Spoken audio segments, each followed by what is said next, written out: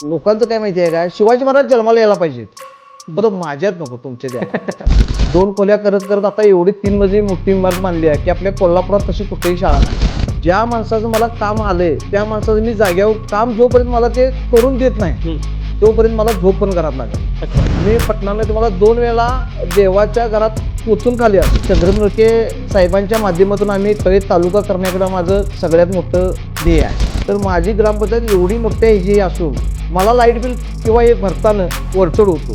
त्यावेळेला एखादा व्यक्ती येतोय की भैया तुमच्यामुळे माझं काम झालं, विषय माझा संपला, मला दुसरं काहीच मिळवायचं नाही आहे. 4 माणसं खांदा द्यायला पण लागतात आणि त्यावेळेला मशानशेला ज्याची लोक जास्त जमतात तोच त्याचा सगळा कारभार किंवा तेच तिचं पैसे आहे. माझे मित्र, माझा मित्र वर्ग एवढा मोठा आहे की कुठलीही निवडणूक आली की मला काहीच करायला लागत नाही. माझं मित्र सगळं प्रत्येक ग्रामपंचायतीला मी स्वतःच्या पायावर मजबूत करायचा प्रयत्न करणार. कुठल्याही चांगला केवळ होतो तर तिथे काम करून द्यायचं. बरोबर त्यांच्यासारखा नेता होणे नाही. कोल्हापूर जिल्ह्यात असं कुठलंच गाव नाही असं मला पण करायचं. वेळेत तर होणार पण ते 100% करायचं, वेगळं काहीतरी करायचं. त्यावेळेला प्रत्येकजण बोलून जातो की नाही करावं, सरपंचानंच करावं. प्रत्येक ठिकाणी काय आहे अशी सगळी लोक आहेत. फक्त सर्जेराव पाटलांची जी सिस्टीम आहे ती अशी एक अशी ग्रामपंचायत माझ्याकडे आहे की त्याचं कामगार पगार सुद्धा बघा. मी माझ्या ह्याच्यात आमच्या वडिलांच्या वगैरे केसेस समजले मी ते सगळं बघितले. आमच्या क्लासला गुढी बांधायला घरात कोण नव्हतं. मी ते स्वतः अनुभव घेतला लहान असताना. नमस्कार, मी राहुल सडोलीकर आणि डिजिटल कोल्हापूरमध्ये तुमचं स्वागत करतो. कोल्हापूर महानगरपालिकेची रणधुमाळी आटोपली आणि तुम्हाला माहिती आहे की मी सगळीकडे फिरत होतो. आत्ता सध्या मी कोल्हापूर जिल्हा परिषदेच्या रणांगणामध्ये उतरलेलो आहे म्हणजे जे लोक उतरलेले आहेत त्यांची व्यक्तिमत्व मी तुमच्यासमोर सादर करतो आहे. लोकांना नेमक्या काय अपेक्षा आहेत, येणारं जिल्हा परिषदेचं सभागृह कसं असावं, कसे नेते निवडले जावेत याबद्दल लोकांच्या काय अपेक्षा आहेत, उतरलेली माणसं कशी आहेत, त्यांचं व्यक्तिमत्व कसं आहे हे तुमच्यासमोर मी मांडणार आहे. सध्या मी कळे जिल्हा परिषद मतदारसंघामध्ये आहे आणि या मतदारसंघामध्ये सरिता सुभाष पाटील या शिवसेना शिंदे गटाकडून उभारलेल्या आहेत, निवडणूक लढवत आहेत. त्यांचे पती सुभाष पाटील यांच्याशी मी बोलणार आहे. त्याचं कारण म्हणजे सरिता पाटील यांना सरपंच पदाच्या काळामध्ये राजकीय मार्गदर्शन त्यांनी केलेलं आहे. त्याचबरोबर या भागामध्ये एक सामाजिक नेता, चांगलं काम करणारा माणूस म्हणून त्यांची प्रतिमा आहे. ती प्रतिमा नेमकी काय आहे, त्यांचा राजकीय संघर्ष काय आहे याबद्दल मी त्यांच्याशी बोलणार आहे. त्यांच्या विकास कामाबद्दलची सुद्धा माहिती मी घेणार आहे. लोकांनी त्यांच्याबद्दलच्या व्यक्त केलेल्या अपेक्षा नेमक्या कशा आहेत त्यासुद्धा मी जाणून घेणार आहे. सुभाष पाटील साहेब, तुम्ही पहिल्यांदा डिजिटल कोल्हापूरला वेळ दिला त्याबद्दल पहिल्यांदा तुमचं मी आभार मानतो. मला सांगा की तुम्ही आता आपल्या पत्नी इच्छुक आहेत, निवडणूक लढवत आहेत शिवसेना शिंदे गटाकडून आणि या सगळ्यामध्ये तुमचं मार्गदर्शन त्यांना मोलाचं राहणार आहे. त्या सरपंच असतानासुद्धा तुम्ही मार्गदर्शन त्यांना केलेलं आहे. सगळ्यात पहिल्यांदा मी तुमच्या व्यक्तिमत्वाकडे जाणार आहे, तुमच्या इमेजकडे जाणार आहे. मी जेव्हा कुणाचाही इंटरव्ह्यू घेतो, पॉडकास्ट घेतो तेव्हा त्या भागामध्ये फिरून लोकांच्या अपेक्षा काय आहेत किंवा त्यांची मतं काय आहेत ती पहिल्यांदा जाणून घेत असतो. स्वच्छ चारित्र्याचा आणि निर्व्यसनी माणूस म्हणून तुमच्याकडे लोक बघत आहेत. काय वाटतंय तुम्हाला? काय आहे की आमचे जे आजा होते ज्ञानदेव पाटील असतील, त्यानंतर आमचे वडील सर्जेराव पाटील, त्यानंतर आमच्या आई पण सरपंच होत्या, वडील सरपंच होते, आजा सरपंच होते. ते पूर्ण सगळे निर्व्यसनी आहेत. त्यांना कुठलंही आमच्याकडे आम्हाला व्यसन कुणालाही नाही. आमचे वडील असतील, आजा असतील, भाऊ असतील, मला सुद्धा काही व्यसन नाही आहे. आणि मी एवढं म्हणजे आजाने किंवा वडिलांनी मला बाळकडूच हे दिलेलं आहे की मी त्यापासून म्हणजे तेव्हापासून मी हे सगळं बंद केलं. म्हणजे आम्ही काही व्यसन नाहीच आहे आम्हाला. आणि दुसरी गोष्ट म्हणजे काय आहे की त्यांनी आम्हाला एवढा हे सांगितलं की काही नाही, आपणाला प्रत्येकाची गोरगरिबांची कामं करायची आहेत, प्रत्येकाच्या तू मिसळून राहा. जे तिने जे सांगितलं ते आजपर्यंत मी हे चालवत आलेलो आहे टप्पा. आणि कुठल्याही माणसांचा मला समजा फोन आला किंवा कुणाला जरी काम करायचं आहे, ज्या माणसाचं मला काम आलंय त्या माणसाचं मी जाग्यावर काम जोपर्यंत मला ते करून देत नाही तोपर्यंत मला झोप पण घरात लागत नाही. अच्छा, एवढं तुम्ही वाहून घेतलं? एवढं मी त्याला वाहून घेतलंय. म्हणजे जोपर्यंत त्याचं काम करत नाही तोपर्यंत मी घरात पण येत नाही. तुम्हाला पटणार नाही की मी 1 ते 1:30-2च्या दरम्यान येऊन घरात एक वेळा जेवतोय. आणि मला घरात आज मुलाबाळांना, मला माझ्या मुलांना किंवा बायका बाळांना वेळ द्यायला माझ्याकडे वेळ नाही आहे. मुलांना एवढा वेळ देतोय राजकारणाचा म्हणजे समाजकारणासाठी. बरोबर. आणि इथनं पुढे म्हणजे कोरोना आला असेल किंवा एवढं मी त्यात ते झोकून दिलं होतं की वडिलांना पण कोरोना झाला, मला पण कोरोना झाला. मी पटणाने तुम्हाला 2 वेळा देवाच्या घरात पोचून खाली आलोय. 2 वेळा मी त्यातनं वाचलो, मृत्यूच्या टप्प्यावर परत जाऊन आलो. म्हणजे एवढा मला तेवढा कोरोनातनं पण त्रास झाला. बरं, एवढी लोक मी नेलीत, परत आणलीत म्हणजे त्यांना व्यवस्थित करून आणि लास्ट स्टेपलाच मला झाला. म्हणजे एवढं मला तेवढा त्रास झाला. लोकांचं काम करत असताना किंवा त्यांची सेवा करत असताना तुम्हाला हे एवढा झालं. त्रास झाला. लोकांना कोऑर्डिनेट करायचं आणि कळेगाव हे बारकं नाही आहे. कळेगाव सगळ्यात मोठं गाव आहे इथलं. त्यामुळे ही सगळी लोक सांभाळताना वगैरे मला लय त्रास झाला. त्यानंतर काय झालंय की आमची म्हणजे घरातली पहिल्यापासून व्यवस्थित सगळी फॅमिली वगैरे असल्यामुळे मी जरा त्याला जास्तच वेळ द्यायला लागलो. समाजकारणासाठी तुम्हाला जसा राजकीय वारसा आहे तसा निर्व्यसनी असण्याचा, स्वच्छ चारित्र्य असण्याचा सुद्धा वारसा आहे. दुसरी गोष्ट तुमच्याबद्दल लोकांनी अशी व्यक्त केली, अशी मांडली की तुम्ही एकनिष्ठ आहात. पहिल्यापासून तुम्ही एका पक्षामध्ये आहात आणि एका पक्षाचं काम करतात. बरोबर आहे. तुम्हाला ऑफर आल्या असतील, तुम्ही गेला का नाहीत? नाही. हे बघा, मला भरपूर कुठलं तरी ऑफर आल्या, काय आल्या. आम्ही कट्टर चंद्रदीप साहेब नरके, कट्टर नरके प्रेमी आधीपासूनच पूर्ण म्हणजे नरके साहेब असतील किंवा त्यानंतर आता अरुण साहेब असतील, नरके साहेब, ही सगळ्यांना मी त्यांच्याबरोबरच कायम, वडिलांनी आजांनी त्यांच्यावर काम केले. बरोबर. त्यामुळे मी त्यांच्याबरोबरच कायम असण्याचं म्हणजे आम्ही आहे त्यांच्याबरोबर. अच्छा. दुसरी एक तुमच्याबद्दल मी गोष्ट ऐकलेली, कारण हे मी तुमच्याबद्दल का विचारतोय, कारण लोकांच्या तशा प्रतिक्रिया आहेत. लोकांचे जेव्हा मी बोलत होतो तेव्हा त्यांनी मला सांगितलं की कधीही तुम्ही फोन करा सुभाष पाटलांना किंवा त्यांच्या मिसेसना किंवा त्यांच्या माध्यमातून जर काही काम असेल तर, ग्रामपंचायतीच असेल तर त्यांना, किंवा इतर काही काम सामाजिक असेल तर तुम्हाला, तर ते हजर राहतात कधीही. ही खरी गोष्ट आहे. हे बघा, मला जर कुठल्याही माणसानं 24 तास कुणीही मला फोन करायचा, मी प्रत्येक वेळा प्रत्येकाचा फोन उचलतोय. कुणाचंही कसलंही काम असून दे. एवढी आपुलकी काय आहे लोकांना तुमच्याबद्दल? बघा काय झाले की गेले कित्येक वर्ष माझी सत्ता येत आहे. लोक उगाच सत्ता देत नाहीत. मी प्रत्येकाच्या कामाला, प्रत्येकाच्या पूर्ण तिसरी पिढी आमची आई. ही 3 पिढी आम्ही इथं आता सरपंच आहे. कुठल्याही माणसानं समजा घरातलं ज्याचं लग्न असलं तर त्या लग्नाचं पूर्ण शुभकार्य होसपर्यंत मी त्याच्यात असतोय. किंवा एखादं जर पेशंट जरी असलं तर त्याला दवाखान्यात नेणे, तिथून इथंपर्यंत आणणे, काय जे काय असेल ते त्याचं सगळं क्लिअर करून त्याला घरात आणून सोडणे, इथेपर्यंत मी सगळ्यांचं कामं करतोय. अच्छा, म्हणून तुम्हाला लोकांची एवढी आपुलकी लोकांना तुमच्याबद्दल आहे. मी पुढे जाणार आहे जरा चर्चेच्या. मी हे विचारणार आहे की आपल्या पत्नी ग्रामपंचायत सरपंच आहेत. ग्रामपंचायत तुमच्या ताब्यात आहे असं आपण थोडक्यात म्हणूया. सरपंच एक गावाचा एक महत्त्वाचं प्रथम नागरिक म्हणून त्याचं एक कर्तव्य मोठं असतं आणि जबाबदाऱ्या पण तेवढ्या असतात. बरोबर आहे. या तुमच्या गावामध्ये मला अशी एक प्रतिक्रिया आली की सुभाष पाटलांनी त्यांच्या मिसेसनी गावाचा कायापालट केला. काय वाटते, तुम्ही सांगा मला हे एक्सप्लेन करून की नेमकं काय झालं. काय झाले माहिती आहे काय, त्यावेळेला सरिता सरपंच झाल्यानंतर काय झालं की वडील आमची लगेच जिल्हा परिषद निवडून आले आणि ते उपाध्यक्ष झाले. बरोबर.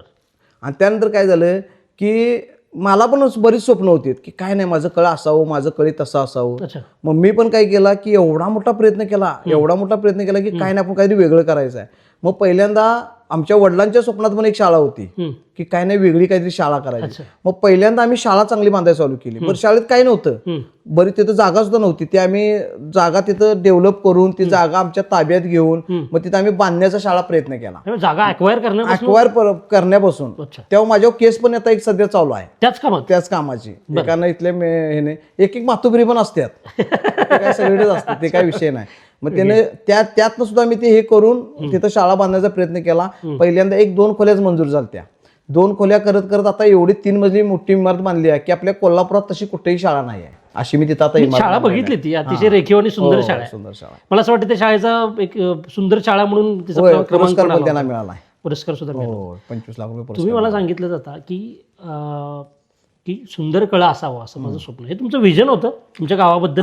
काय झाले, अजून माझ्याकडे भरपूर विजन आहेत. मला कळ्यासाठी काहीतरी भरपूर करायचं आहे. आता चंद्रम नरके साहेबांच्या माध्यमातून आम्ही कळी तालुका करण्याकडे माझं सगळ्यात मोठं ध्येय आहे. तुम्हाला तालुका करायचा? तालुका करायचा आहे. फक्त आता काय झाले, आता आमची परत आता ग्रामपंचायतची माझी मुदत संपलेली आहे. परत मला ग्रामपंचायत हातात घ्यायची आहे, जिल्हा परिषद हातात घ्यायला पाहिजे. मग मी तालुक्यासाठी त्याचं परत ते हे करू शकतोय, म्हणजे काम करू शकतो, काम पूर्ण करू शकतो.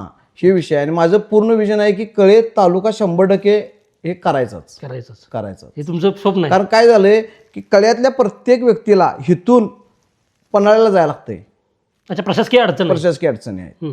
आणि हे सगळं चाललंय, हा म्हणजे बरोबर नाही. प्रत्येक लोकांना इथलं पैसे वगैरे स्पर्धाचं खर्च करून हे करून ते करून, तरी आम्ही कोर्ट पण इथं आणलाय कळ्यात. आता म्हणजे लोकांना कोर्टात जायचं वगैरे सगळं बंद झालं. पन्हाळ्याला जायला, कोल्हापूरला जायला कळ्यात कोर्ट आम्ही मंजूर करून आणलं. चंद्रम नरके साहेबांच्या माध्यमातून आम्ही कोर्ट इथं मंजूर करून आणलं. तुम्ही त्यासाठी आंदोलन सुद्धा उभी केली होती असं मला कळलं. कोर्टासाठी आम्ही नरके साहेब, आम्ही असतील, आमचे वडील असतील किंवा कळ्यातले बरेच कार्यकर्ते वगैरे जाऊन मुंबईत सुद्धा आम्ही त्याचं आंदोलन केलेलं आहे. अच्छा, तुम्ही हे आंदोलन करून ही सगळी मागणी आणली. मागणी आणलेलं आहे.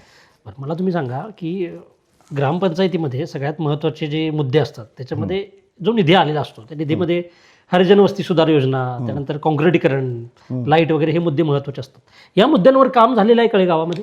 बघा काय झाले माहिती आहे काय, लोकांना काय वाटतंय की कळेगावात बाबा एवढ्या इमारती बांधल्या किंवा हे कशासाठी एवढं सगळं निधी कळ्यात खर्च झाला किंवा काय विषय माहिती आहे काय, कळ्यातला समजा आमचे समाज मंदिर आहेत, ती समाज मंदिर आम्ही सगळ्यात मोठी बांधलेली आहेत. तिथं आता जर तुम्ही गेला तर कुठलंही जरी ऑफिस आता आलं तर तिथं सगळी तुम्हाला कनेक्शन वगैरे जोडलेलं दिसणार, फॅन जोडलेले दिसणार, सगळं जोडलेलं दिसणार आहे प्रत्येक समाज मंदिरात. एवढा विश्वास आहे तुम्हाला? हा, प्रत्येक देवळात नाही. का तर समजा आज अचानक मला तालुक्यासाठी समजा पूर्ण म्हणजे माझा तर कागदपत्र सगळे प्रोसेस चालू आहे, चुकून जर म्हणली तालुक्याचं इथं करूया तर जागा अवेलेबल नाही इथं, मला म्हणजे आपल्याला गायरान काहीच नाही कळी ग्रामपंचायतीला. त्यामुळे मी काय केले, त्या बिल्डिंग मध्ये प्रत्येक ठिकाणी तशी सोय करून ठेवलेली आहे. जर तालुका आता झाला तर ऑफिस तिथं होऊ शकतात प्रत्येक ठिकाणी. एवढा धोरणात्मक विचार केला करून मी तसं करूनच ठेवलेलं आहे. सगळी सोय आता कळ्यात तशी आहे. हे सगळं गावासाठी तालुका जेव्हा होईल भविष्यामध्ये तेव्हा त्याचं विस्तारीकरण चांगलं व्हावं असं तुमचं एवढ्या दृष्टीनेच मी ते सगळं करून ठेवलेलं आहे. अच्छा, मला तुम्हाला शाळेच्या प्रश्नाकडे पुन्हा एकदा घेऊन जायचं आहे की शाळेचा मुद्दा का महत्वाचा आहे, काय वाटतं तुम्हाला? आता काय झाले माहिती आहे काय, आम्ही कोणी जर समजा कुठं बाहेर गेलो, कोणी जरी विचारलं आमच्याकडे एवढी पोलीस झालीत, आमच्याकडे एवढे कोर्ट झालं, कोण काय म्हणते, आमच्या इथं कळ्यातून असं घडना झालंय. मग आमचं काय झालंय, कळे हा मोठा इथं हे असल्यामुळं बाजारपेठ असल्यामुळं लोक काय करायला ह्या बाजारपेठेमध्ये जास्त आमची मुलं तिकडे लक्ष द्यायला लागल्यात. कोण दुकान घाल, काय घाल, काय लक्ष देण्यात झाल्यात. म्हणून मी मोठी शाळा मानली तिथं. आता मी साहेबांनी परत परवा 48 लाख रुपये मंजूर करून दिले, परत तिसऱ्या मजल्याचं 2-4 खोल्या बांधायच्या, त्या पण आम्ही मंजूर करून आता आणल्या, अजून वाढवायची आहे. आणि काय करायचंय की 1 कोटी रुपयाची तिथं आपण एक लॅब तयार करायला लागलोय कॅम्प्युटरची. म्हणजे भागातल्या कुठल्याही मुलांनी आठवड्यात एक येऊन तिथं शिकायचं. कॅम्प्युटरचं पूर्ण ज्ञान त्यांना आलं पाहिजे. ज्या वेळेला 4थी शिकून मुलगा किंवा मुलगी त्या शाळेतनं बाहेर पडेल तर त्याचा स्वतःचा फॉर्म त्याला इंग्लिश त्या स्वतः टाईप करून देता आला पाहिजे त्या कम्प्युटरवर. ही माझी पुढची एक ही आहे, तुझं स्वप्न आहे गावामध्ये शिक्षणाचा चांगला प्रसार झाला पाहिजे. जिल्हा परिषदेचं रणांगण आता सध्या सुरू झालेलं आहे, तर मी तिकडे येईन. या सगळ्या रणांगणामध्ये गावांचं राजकारण सुरू असतं. गावांना अर्थकारणासाठी एक महत्त्वाची सत्तेचं विकेंद्रीकरण म्हणूनच पंचायत राज व्यवस्था आपल्या देशामध्ये आपण लागू केलेली आहे की गावांना पण सत्ता मिळावी. बरोबर. म्हणजे जेव्हा पंचायत राज लागू झाली त्याच्या आधी ही सरकार ही म्हणजे केंद्रित होती आणि राज्य केंद्रित होती. गावांना पण सत्ता मिळावी, गावांकडे पण तो ओघ निधीचा यावा असा त्याच्या पाठीमागचा उद्देश होता. आज तुम्ही गावांना काय घेऊन जाणार आहात, गावांसाठी काय धोरण आहे तुमचं? निवडणूक येऊ घातले म्हणून माझा हा प्रश्न. काय झाले माहिती आहे काय, बऱ्यापैकी आमची जी गावं आहेत, अजून आमची गावं खेडी आहेत. म्हणजे आमच्या आता कळे तुम्हाला जर बरं वाटलं, बरोबर, की इथून जसं तुम्ही पाठीमागं जायल, बरोबर, एकदम अविकसित भाग आहे, एकदम बिकट परिस्थिती आहे. माझ्या डोक्यात काय विषय आहे की ज्या सगळ्या ग्रामपंचायती आहेत, आता माझा पहिला मी ज्यावेळी निवडून आलो तर पहिलं मी काय करणार आहे की ज्या ग्रामपंचायत, मी स्वतः सरपंच आहे, मी आता तिथं कारभार सांभाळतो एवढ्या मोठ्या ग्रामपंचायतचा, तर माझी ग्रामपंचायत एवढी मोठ्या ह्याची असून मला लाईट बिल किंवा हे भरताना वरचढ होतोय. बरोबर. माझ्या डोक्यात काय आहे की प्रत्येक ग्रामपंचायतीला मी स्वतःच्या पायावर मजबूत करायचा प्रयत्न करणार आहे. रोड गटर हे सगळीच करतात, बरोबर, हे चालूच आहे. नवीन काहीतरी पहिलं म्हणून मी पहिल्यांदा जिल्हा परिषद शाळेवर लक्ष देणार आहे. अच्छा. 2 नंबर, प्रत्येक ग्रामपंचायतमध्ये सौरची पॅनेल वगैरे बसवून पूर्ण त्या ग्रामपंचायतची मोटर वगैरे सगळं 100% ते कमी करायचा प्रयत्न करणार आहे. म्हणजे ती स्वतःची ग्रामपंचायत स्वतःच्या ह्याच्यावर उभे राहील. सौर ऊर्जेचा तुमचा प्रोजेक्ट आहे. प्रत्येक गावाला प्रत्येक तिची मोटर जे बिल ते सगळं झिरो करून द्यायचं आहे. त्या ग्रामपंचायतीवर मोटर म्हणजे सोलर बसवून ते झिरो करायचं आहे. तो भार कमी करा. तो भार कमी केला की ती ग्रामपंचायत परत ते 4 पैसे तिथं घालू शकते. बरोबर. तो पैसा चांगल्या कामासाठी वापरता येईल त्या सरपंचाला. तिथल्या आता काम एक अशी ग्रामपंचायत माझ्याकडे आहे की त्याचं कामगार पगार सुद्धा भागत नाही. अच्छा, एवढा ताण आहे. एक ग्रामपंचायत एवढा ताण आहे. मग आमच्यासारखा सरपंच काहीतरी इकडे उलाढाली करायचा, मग त्यांचा पगार घालवायचं काय, असं सगळं चालू असतंय. अच्छा. मी तुम्हाला एक प्रश्न विचारेन की मगाशी मी आपल्या पत्नीशी बोलत होतो, त्यांनाही मी बऱ्याच गोष्टींची माहिती त्यांच्याकडनं घेतली. त्यांनी मला सांगितलं की आमचे मिस्टर लोकांच्या कामात एवढे बिझी असतात की ते जेवायला पण येत नाही, त्यांची तब्येत पण बिघडली त्याच्यामुळं, आणि डॉक्टरांनी सांगितलं की वेळेत जेवा तेव्हा तुमची तब्येत सुधारेल. एवढा ताण का घेता तुम्ही? काय विषय माहिती आहे मला, ते एवढं समाजकारणाला मी आता वाहून घेतले की कुठलाही व्यक्ती माझ्याकडे जर आला आणि जर त्याच्या डोळ्यात मी पाणी बघितलं तर ते मला इतकं फील वाईट होतंय की त्याच्यासाठी मला काय पण करायला लागून दे, मी कुठल्याही थराला एक वेळा उतरतोय तर त्याचं ते काम करून द्यायचं. आज तुम्हाला पटणार नाही, आमच्या काळातल्या लोकांना समजा बेघर घर आलं काय आलं की इतर कागदपत्र घेऊन पन्हाळ्याला जायला लागते, म्हणून मी माझा एक माणूस इथं ठेवला आहे की आमच्या माणसानं कुठल्याही बेघर घर आलं काय आलं की जायचं नाही, त्याच्या फोटो बसणं रेशन कार्ड सगळं कागद काढाय मी माणूस एक माणूस डिपार्टमेंटच तुम्ही ठेवलंय सगळ्या गोष्टीसनी. अच्छा. म्हणजे कुणी बाहेर जायचं नाही, इथून बसून सगळ्यांची कामं व्हायला पाहिजेत. बऱ्याचदा ते कामात अडचणी येऊन येत. एवढ्या लास्ट पर्यंत मी विचार करतोय, त्यामुळे मी आज इथंपर्यंत आहे. अच्छा, जेव्हा लोक अशा पद्धतीची कामं करणं हे लोकांसाठी फार महत्त्वाचं असतं. बऱ्याचदा निरक्षरता असते लोकांच्यामध्ये किंवा माहिती नसते किंवा एक सरकारी यंत्रणेचा एक त्यांना प्रेशर असतं की बाबा माझं काम नीट होईल की नाही होईल. आणि ते काम झाल्यानंतर लोक जेव्हा तुमच्याकडे येतात की सुभाष पाटलांनी माझं काम केलं, तेव्हा काय बघतात सुभाष पाटील त्या माणसाच्या डोळ्यात? हे बघा, मला जास्त काय नको आहे. ज्या वेळेला एखादा व्यक्ती येतोय की भैया तुमच्यामुळे माझं काम झालं, विषय माझा संपला, मला दुसरं काहीच मिळवायचं नाही आयुष्यात. आज काय माहिती आहे का, पैसा सगळ्यांच्याकडे आहे, सगळा आहे. मेल्यानंतर 4 माणसं खांदा द्यायला पण लागतात. आणि ज्या वेळेला मशान शेळा ज्याची लोक जास्त जमतात तोच त्याचा सगळा कारभार किंवा तेच त्याचे पैसे असतात. मग तुम्ही जमवलेल्या सगळ्या जमावाला, या सगळ्या समुदायाला तुम्ही तुमची संपत्ती समजता? संपत्ती आहे माझी. माझे मित्र, माझा मित्रवर्ग एवढा मोठा आहे की कुठलीही निवडणूक आली की मला काहीच करायला लागत नाही. माझे मित्र सगळे येऊन करतात किंवा आमचे भावकी असं किंवा आणि गावातली सगळं त्यांच्याही बघतात. मला जास्त त्यात झटाय पण लागत नाही. अच्छा, माझा एक तुम्हाला राजकीय आणि जोडण्यांच्या संदर्भातला प्रश्न आहे की आता तुम्ही निवडणुकीच्या रिंगणामध्ये उतरलेला आहात, काय विश्वास आहे? मी विरोधकांच्या बद्दल नाही विचारणार, परंतु तुम्ही ताकदीनं उतरलेला आहात. तुम्ही सांगताय की मला एकनिष्ठेचा वारसा आहे, माझ्या स्वच्छ प्रतिमेचा वारसा आहे, माझ्या विकास कामांचा वारसा आहे आणि ते घेऊन मी पुढे जाणार आहे. तुम्ही शिक्षणाबद्दलच्या तुमच्या योजना मांडल्यात, धोरणं मांडलीत. काय दिसतं? हे सगळ्याचा प्रभाव दिसतो लोकांच्यामध्ये? लोक कशी बघतायत आता निवडणुकीच्या अनुषंगाने तुमच्याकडं? आज कसं आहे माहिती आहे का, आत्ता निवडणूक चालू झाली आहे, अजून कसं आहे 28-30 तारखेनंतर पूर्ण रूपरेषा बरोबर स्पष्ट होईल. त्यानंतर लोकांना जोपर्यंत कळत नाही किंवा जोपर्यंत लोकांच्या लक्षात येत नाही त्यावरून जरा अजून हालचाली नाही आहेत. ज्या वेळा कळेल एकतर्फी विषय होणार, हा सगळा एकतर्फी निवडणूक होईल, एकतर्फी विषय होणार. बघा तुम्ही होतोय का नाही. मला सांगा, आता शिवसेना, एकनाथ शिंदेंची शिवसेना आणि त्यांचे प्रतिनिधी म्हणून, आमदार म्हणून, सध्या त्यांचे नेते म्हणून आपण त्यांना की चंद्रदीप नरके हे तुमचे सध्याचे नेते आहेत.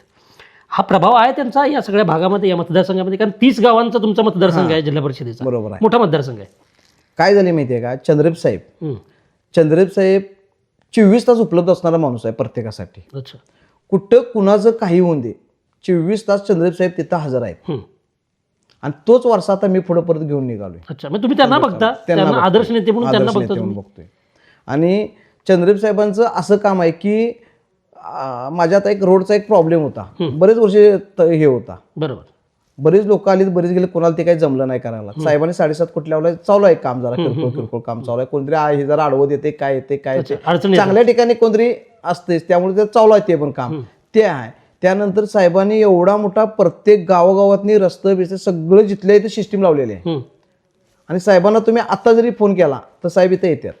जास्तीत जास्त 1 तासात साहेब इथे हजर असणार. आता एवढा विश्वास आहे त्यांच्याबद्दल? एवढा त्यांच्यावर विश्वास आहे. अच्छा, आणि चंद्रदीप साहेबांनी एवढं मोठं आता इकडे वलय केलंय, एकदम मोठं वलय केलंय. आणि चंद्रदीप साहेबांनी त्यांनी खरोखर त्यांच्यासारखा नेता होणे नाही. अच्छा, एकदम जबरदस्त काम आहे. म्हणजे पन्हाळा तालुक्यातलं एक महत्त्वाचं गाव, जे गगनबावडा रोडवरती आहे, बॉर्डरवरचं गाव आपण म्हणू शकतो. आता तुम्ही सांगितलं की गावाच्या विकासाबद्दलची तुमची रूपरेषा स्पष्ट आहे. भविष्यात तुम्हाला कळे कसं दिसावं असं वाटतंय? एका वाक्यात मला काय सांगू शकाल तुम्ही? कळेगाव हे म्हणजे कोल्हापूर जिल्ह्यात असं कुठलंच गाव नाही असं मला पण करायचं आहे. कळेगाव फक्त काय आहे की बजेटचा जरा इकडे तिकडे हे असते किंवा किरकोळ गोष्टी असतात, विरोधक आहेत, सगळं आहे. सगळ्यांना घेऊन जर चालायचं म्हणला तर जरा ते एवढ्या लवकर होणार नाही, जरा रडत होणार, कारण ते 100% करायचं आहे, वेगळं काहीतरी करायचं आहे. मी तुमच्या सरपंच पदाच्या कालावधीमध्ये झालेल्या कामांबद्दल एक छोटासा प्रश्न विचारणार आहे. मी जेव्हा चर्चा करत होतो लोकांची तुमच्या गावातल्या, तेव्हा त्यांनी मला सांगितलं की सुभाष पाटलांच्या कालावधीमध्ये आणि त्यांच्या मिसेसच्या कालावधीमध्ये झालेली काँक्रिटीकरणाची जी कामं आहेत ती आम्हाला विशेष भावली. म्हणजे मी याबद्दल विशेष त्यांच्याशी बोलत असताना त्यांनी मला ही बाब सांगितली. काय सांगाल की किती काम झालेलं आहे या सगळ्या काँक्रिटीकरणाचं? काय झालं, सत्ता ही आमच्याकडेच आहे. फक्त काय झालं की इथून पाठीमागं निधींचा लय मोठा अभाव होता. हम्म, हम्म, ज्या वेळेला भाजपचे सरकार आले हम्म. त्यावेळेला डायरेक्ट सगळे सरपंच मुख्यमंत्री त्यांनी केलेत. बरोबर आज पंतप्रधानांना सुद्धा पैसे खर्च करताना विचारायला लागते, सरपंचांना विचारायला लागत नाही. बरोबर सरपंचांना ग्रामपंचायतचं मुख्यमंत्री केले, त्यांनी मालक केलेत. बरोबर. आणि त्यावेळेला बजेट भरपूर आमच्याकडे यायला लागलं. त्यामुळं प्रत्येक नियोजन आम्ही लावून जिल्हा परिषदकडं पैसे, साहेबांच्याकडं, चंद्रप साहेबांच्याकडं पैसे, हे सगळे करून व्यवस्थित आम्ही रस्त्याची प्रत्येक ठिकाणी व्यवस्थित केली. जिथं जिथं रस्ते जायलाच नव्हते, आमचा पालखीचा मार्ग तरी असा होता की तो रस्ताच आम्हाला कोण करून देत नव्हतं किती वर्ष. बरं, काय कारण होतं याचं? लोकांचं काय माहिती आहे का, शिवाजी महाराज जन्माला यायला पाहिजेत, बरं माझ्यात नको तुमच्यात यायला पाहिजे. अच्छा, हा संघर्ष लोकांचा करायचा नाही. संघर्ष करायचा, गटर काढायला पाहिजे का ती माझ्यातनं नसली पाहिजे. अच्छा मग ते लोकांना काय माझ्यातनं येते ह्याच्यातनं येते करत ते रस्ता असाच बरेच वर्ष रखडलेला होता. अच्छा अच्छा. त्यासाठी लोक कोर्टात सुद्धा गेलेत. बरं, कोर्टापर्यंत लोक गेले. कोर्टावर गेले का ते रस्ता होऊ नये म्हणून. अच्छा. आज तो रस्ता आज पालखीचा मी एवढा मोठा केलाय हम्म. की एकदम जबरदस्त. अच्छा. आज आमच्या देवाच्या पालख्या दरवर्षी त्या रोडवरनं जातात. म्हणजे एवढं आम्हाला बरं वाटतंय की ते देव एक वेळा पडल्यात त्या ह्याच्या चिखलात. एवढी वाईट एवढी वाईट परिस्थिती, एवढा खराब रस्ता होता. अच्छा. तो आज आमच्या वडिलांनी जिल्हा परिषदला निवडून आम्ही तो रस्ता पहिला केला. अच्छा. चंद्रप साहेबांनी भरपूर त्याला आम्हाला योगदान केलं, मदत केली. अच्छा, मला सांगा त्या रस्त्याबद्दल आता मी तुम्हाला एक प्रश्न विचारेन की तो रस्ता झाल्यानंतर तुम्ही आधी सांगितलं की लोकांनी अडथळा आणला आणि तुम्ही म्हणता त्याप्रमाणे संघर्ष करायचा तो दुसऱ्यानं करायचा, स्वतः करायला कोणाची तयारी तयार नसते. नाही. रस्ता झाल्यानंतर लोकांच्या काय प्रतिक्रिया होत्या? रस्ता झाल्यानंतर आज बरीच लोक फिरायला त्याच रोडनं जातात, बर. कारण इकडे सगळ्या रोडला गर्दी जास्त ओके आहे, ओके. ट्रॉफिक जास्त आहे. राईट. त्यावेळेला प्रत्येक जण बोलून दाखवते हं. की नाही करावं, सरपंचानंच करावं. अच्छा. प्रत्येक ठिकाणी काय आहे, अशी सगळी लोक आहेत. फक्त सर्जेराव पाटलाची जी सिस्टीम आहे ती अशी आहे, ओके. एका मोठीच सगळी. म्हणजे असं कुणी नाही की एकच सिस्टीम आपल्याकडं, एकच नेता, असा विषय आहे. मी बघितलेलं आहे की सुभाष पाटील हे व्यक्तिमत्व कळे पोलीस स्टेशनच्या दारात नेहमी असतं. काय कारण आहे याचं? का तुम्ही पोलीस स्टेशनमध्ये जाता? तुमचे व्यक्तिगत काय हे दावे आहेत का? काय माहितीये काय की माझं एक असं वैयक्तिक मत आहे की लोकांचं काय वेळेला भाऊभावांची बांध असू दे, काय असू दे, कुणाचं कशा तरी भांडण चालू असतंय. मग कंडिशन काय होते की तो पोलीस स्टेशनला गेला म्हटलं की केस झाली, काय झाली की परत कोर्टात जावा, वकिलांचं हे ते 20-25 असंच जातात. मग माझ्या डोक्यात काय असतंय की काय नाही, तंटामुक्त नुसतं गाव होऊन उपयोग नाही, तंटामुक्त जिल्हा व्हायला पाहिजे. अच्छा. मग त्यामुळे मी काय करतोय की आता एक तासापूर्वी मी पोलीस स्टेशनला गेलेलो होतो. मला तिथला एका मित्राचा फोन आला की मी पोलीस स्टेशनला आलोय, माझं काम आहे. मी तिथे गेलो, त्यांना विचारलं काय झालंय, तर काय नाही आमचं 7-12 इकडे तिकडे हल्ला आहे गट नंबर, आणि त्यामुळे त्याच्या गट नंबरमध्ये त्याचं घर माझ्या गट नंबरमध्ये येतोय म्हणला. मग काय करायचं, हे पनुरे गावातला विषय आहे. अच्छा. मग आल्यानंतर मी त्यांना म्हणलो काय झाले, तर असंच झाले. मग त्यानं घर पण बांधलंय, स्लॅब टाकलाय. म्हणलं काय करायचं, म्हणलो काही करू नका, तुम्ही पोलीस स्टेशनला आता इथे दिलंय, सगळं झालंय, ह्या विषय सगळा थांबवा, काहीतरी मधला मार्ग पाडा आणि तुम्ही इथून बाहेर जावा. तुम्ही एकदा इथं अडकला की तुमचं ते घर तसंच राहणार, स्टे येणार, हे येणार, सगळं थांबतंय. मग हे मला कुणाचंही करायचं नाही आहे. 99% न पोलीस स्टेशनला जाता 100% माझ्याकडे जर माणूस आला तर जाग्यावर मिटवून देण्याची एवढी मोठी माझ्याकडे कार्यक्षमता आहे. 100% मिटवूनच मी देणार. पोलीस स्टेशनला कुणीही जायचं नाही. अच्छा. कुणीही माझ्याकडे यायचं नाही, कुठलीही गोष्ट माझ्याकडे मिटवून जायची. कुठंच मिटत नाही ती गोष्ट माझ्याकडे मिटते. एवढं कॉन्फिडन्स? एवढं कॉम्पिटिशन आहे माझ्याकडे. बघ, पोलीस स्टेशनमध्ये गेल्यानंतर लोकांना त्रास होतो किंवा ते कायद्याच्या चौकटीत अडकतात किंवा पुन्हा अजून प्रकरण चिघळतं असं वाटतं तुम्हाला, म्हणून तुम्ही सांगता की ते तिथंच मिटवा म्हणून? 100% बरोबर आहे. कारण काय होतंय, एकदा माणूस त्यात अडकला की लय परिस्थिती वाईट होते एक माणसाची. बरोबर. कारण मी माझ्या ह्याच्यात आमच्या वडिलांच्यावर एवढे केसेस पडलेले वगैरे मी ते सगळं बघितले. आमच्यात लास्टला गोडी बांधायला घरात कोण नव्हतं. मी ते स्वतः अनुभव घेतला लहान असताना. अच्छा. त्यामुळे प्रत्येकाचं माझं मत असतं की प्रत्येक माणूस आपल्या घरात सुखी असला पाहिजे. माझ्याकडे आला की मी ते पोलीस स्टेशनला जरी मला कुणीही बोलवलं तर मी तिथं जाऊन साहेबांना सांगतो, साहेब थांबा, माझ्या ह्याच्यावर मिठी होते. मी जास्तीत जास्त कुठलंही प्रकरण 20 ते 25 मिनिटात मिटवून बाहेर आलेलो असतो. 6-6 महिने मिटलेलं नसलेलं प्रकरण सुद्धा मी जाऊन मिटवून येतोय. मग ते कोल्हापुरात पोलीस स्टेशन असू दे, कुठेही मला जरी फोन आला तर मी तिथं जागेवर जाऊन ते विषय मिटवून येतोय. अच्छा. म्हणजे एवढं माझं त्यात हे आहे, प्राबल्य आहे. तुम्ही या सगळ्या प्रवासाबद्दल तुमच्या चर्चा केली, तुमच्या विकास कामांबद्दल चर्चा केली, त्याबद्दल मी तुमचे पुन्हा एकदा आभार मानतो. आणि डिजिटल कोल्हापूरला तुम्ही वेळ दिलात त्याबद्दल सुद्धा मी तुमचे आभार मानतो. हे होते माझ्याबरोबर कळे जिल्हा परिषद मतदारसंघाचे उमेदवार सुभाष पाटील. चंद्रदीप नरके हे जे करवीर विधानसभा मतदारसंघाचे आमदार आहेत, त्यांच्याशी त्यांची जवळीक आहे, चांगले संबंध आहेत आणि त्या सगळ्या गोष्टींचा वापर मी माझ्या विकास कामांसाठी करणार. मला विकास कामांचा, स्वच्छ प्रतिमेचा आणि चांगल्या चारित्र्याचा एक वारसा आहे आणि तोच वारसा मी पुढे घेऊन जाणार, याबद्दल ते बोलत आहेत. लोकांना जेवढा वेळ देता येईल तेवढा मी देतो. बऱ्याचदा मी माझ्या तब्येतीचं नुकसान करून तो वेळ देतो आणि त्याच्याबद्दल मला खंत वाटत नाही. मी लोकांच्यातला माणूस आहे आणि मी लोकांचा माणूस म्हणून त्यांच्यासमोर गेलेलो आहे आणि या सगळ्या जीवावर मी नक्कीच यशस्वी होईन असं त्यांचं मत आहे. सगळ्यांना बरोबर घेऊन झाल्यानंतर जो एक विश्वास त्यांच्या मनामध्ये निर्माण झालेला आहे त्या विश्वासाबद्दल मी आदर व्यक्त करतो आणि तुम्ही एक विकासाची एक वारसा पुढे घेऊन जावा आणि लोकांना एक चांगला नेता मिळावा अशी शुभेच्छा व्यक्त करतो आणि पुन्हा एकदा आपले आभार मानतो. धन्यवाद. अशाच नवनवीन अपडेट्ससाठी डिजिटल कोल्हापूर चॅनेलला सबस्क्राईब करायला विसरू नका.